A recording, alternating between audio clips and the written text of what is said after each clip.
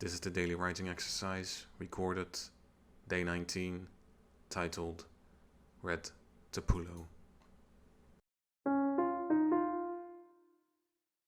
Red Tapula was the sauciest woman alive. No other human being could possibly match her unbridled gift of completely and utterly destroying everything and anything around her, and yet getting away with it with her silver tongue.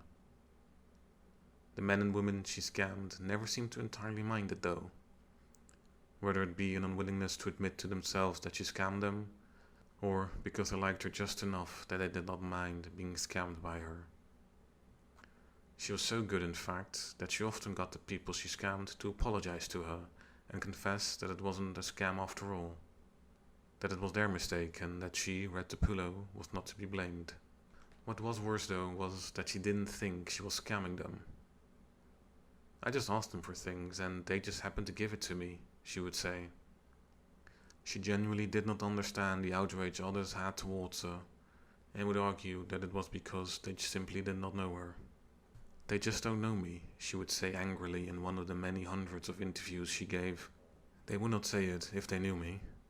I'm sure of it." And they never did. Every single human being changed their mind whenever they met her, which only added to her character. And the more she got away with, the more she started to push it. It all started out with money, because that was what she didn't have. That neither was quickly fulfilled, and Red Tapula moved on to more material needs. And once she fulfilled those, or at the very least managed to ensure she could get whatever she wanted, she started to want people. And with people she meant whomever and whenever she wanted. "I just know what I want," she would declare in another interview. "How is it my fault that I know what I want? Better yet, I know what other people want too. So how am I to blame when I give it to them?" The truth of this statement hurt when she was once again confronted for seducing, sleeping, and causing another man to separate from his family. The accusation grew louder when it was revealed she was linked with the wife as well, and even had them fight each other for her attention. The story had a tragic end, with the man killing his wife in one of the many fights they had, and being sentenced towards a life sentence himself. Their 3 children were taken away and placed into separate foster families. To Red Tapula, none of this mattered. She toyed with people just to see how far she could take it. She enjoyed it immensely, especially the part where they fooled each other for her attention. She enjoyed the carnage of it all, and in particular those moments where she would deny the victor their prize and watch them lose their minds because of it. It did not end well for her though. People could accept the material aspect of things, the money and the scams. The human and emotional aspect though were a lot more sensitive. They were more fine-tuned to caution and outside a danger Red Tapula precisely was.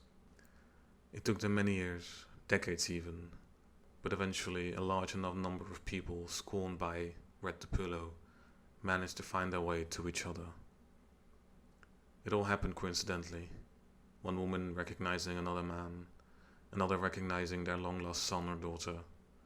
Slowly but surely these people started to talk to each other. They talked about their experience and eventually even managed to see their way to discussing Red Tapula and the hold she seemingly had over them. It wasn't all negative at first. Most people agreed that she was not to blame, that they pitied her and her lack of a proper life, and it was their own weakness that had led them astray, and not her influence. But as the weeks passed by and more people were found, the conversation slowly shifted. It shifted towards confusing and a need for answers. When there were few, they could understand to a degree why Red Tapula had done what she had done. She was a lonely woman who needed friends, and knew no other way to love than she did. But that argument did not last in the face of dozens of people, each with their own individual horrors of what she had done to them and their families. So, a plan was hatched. It was a simple plan, a plan to find her and confront her for all that she had done. There was no ill intent when the plan was formed. It was rather a fact-finding mission, and for some, even a necessary one. They were addicted to her presence and needed their fix. Not that they ever would tell anyone. When they finally managed to track her down and confront her several months later, Tapula stunned them all. She stunned them all by not recognizing a single one of them, which hurt a great many of them, though, as always, they forgave her for it. They were all stunned by her natural persuasion, and many amongst them fell back under her spell. Not all of them, though. Some managed to resist, though it being more so out of envy than their strong wills. They wanted her to themselves, and the others were in the way. They were the ones that were going to save her. They were the ones that were going to get it done, because only they could, and no one else. It was in fact in that scuffle for her attention that Tapula died. She got hit by a car as she ran out into the street without looking. Her admirers looked on, horrified and speechless. The spell, though, had not been broken. Even worse, it only deepened for most of them. Because now, no one could have her. Now she was a memory that would live on forever and ever, long after they had died themselves in the therapist sessions of their children and their children's children. No more has been written or recorded. Thank you for listening.